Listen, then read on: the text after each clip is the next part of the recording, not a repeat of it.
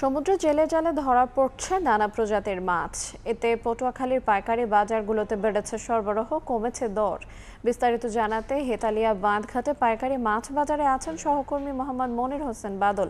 সরাসরি যাচ্ছি তার কাছে। বাদল,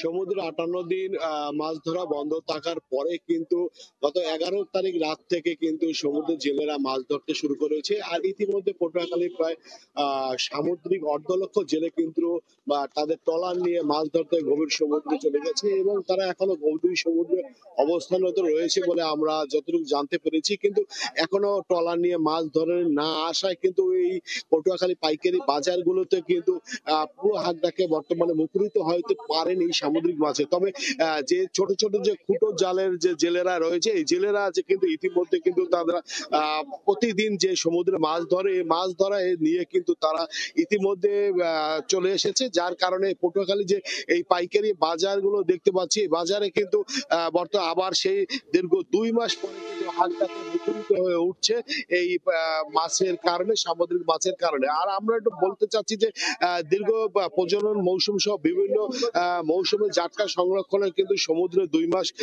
নদীতে কিন্তু 2 মাস 5টি অভয়াশ্রমে মাছ ধরা বন্ধ ছিল। অপরদিকে সমুদ্রে যে 58 দিন মাছ ধরা বন্ধ থাকার কারণে কিন্তু সামুদ্রিক এবং নদীর মাছ কিন্তু এই পাইকারি বাজারে আমরা কোনো সময় দেখতে পারিনি।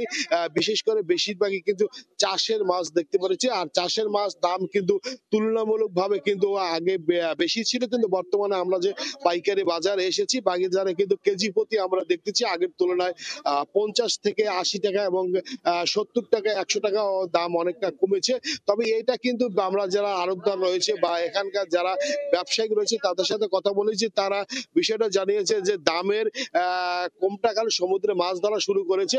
এই মাছ ধরা শুরুর কারণেই কিন্তু আসলে চাষের মাছটা দাম কমতে শুরু করেছে। তবে আমরা এই বিভাগের জেলা মৎস্য কর্মকর্তা মোহাম্মদ কামরুল ইসলামের সাথে কথা বলেছি। তিনি যে বিষয়টা জানিয়েছে, আগামী 1 সপ্তাহের ভিতর কি 10 দিনের ভিতর সমুদ্রে জেলেরা যারা মাছ ধরতে গেছে তারা সমুদ্রের তীরে ফিরে আসবে এবং মৎস্য অবতরণ কেন্দ্র মহিপুর এবং আলিপুরে তারা নোঙ্গর করবে এবং সেখানে পর্যাপ্ত পরিমাণ রূপালী, ইলিশ সহ বিভিন্ন মাছ ধরা পড়বে। তখন হাটটাকে মুখরিত থাকবে পটুয়াখালী সকল পাইকারি মাছের বাজারগুলো এবং পর্যাপ্ত মাছ থাকায় মাছটা কিছু হাতের নাগালে থাকবে বলে এমনটি আশা করছেন তারা।